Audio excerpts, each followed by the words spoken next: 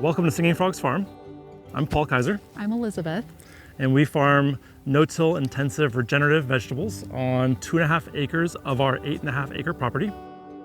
We're located here in Sebastopol, California, which is in wine country, about an hour and a half north of the Golden Gate Bridge of San Francisco. We grow about 45% of our produce for 170 CSA families year-round. About another 45% go to our year-round farmers markets, and the rest go to a couple of restaurants here locally. On our farm, we do regenerative agriculture, which means we're not doing any tillage.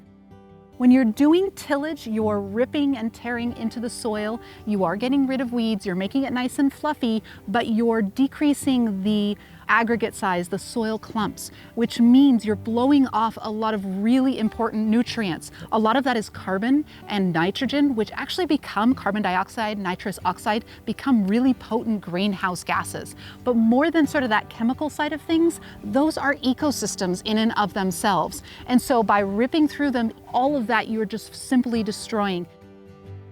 Bit by bit, we sort of stepped away from that based upon our background, having done agroforestry and community gardening and public health in West Africa.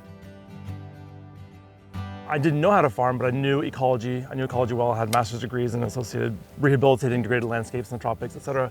So I really wanted this focus to be on building back ecology. And of course, scientists aren't farmers, farmers aren't scientists. And so the science can be absolutely clear on what's needed and what's beneficial, but applying it to a real world situation that actually survive economically is the challenge. And so the idea of no-till has been around for decades. It's the application of no-till to an annual vegetable system that had never really been done successfully except for backyard gardens.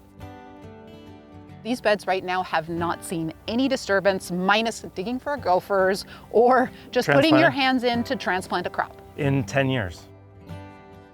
The more we farm, the better our soil gets. That's something, honestly, that's new to agriculture. In 10,000 years of agriculture, we've always had to have rest periods and cover crops and fallow periods because that's the healing that happens after the tillage is done to grow the crops.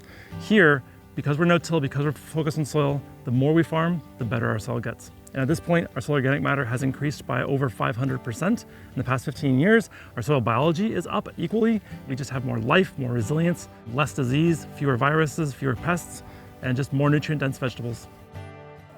Aren't those plants huge? They're enormous. Is that I mean, you got to get some hands in there. Oh my God, that's beautiful. Right?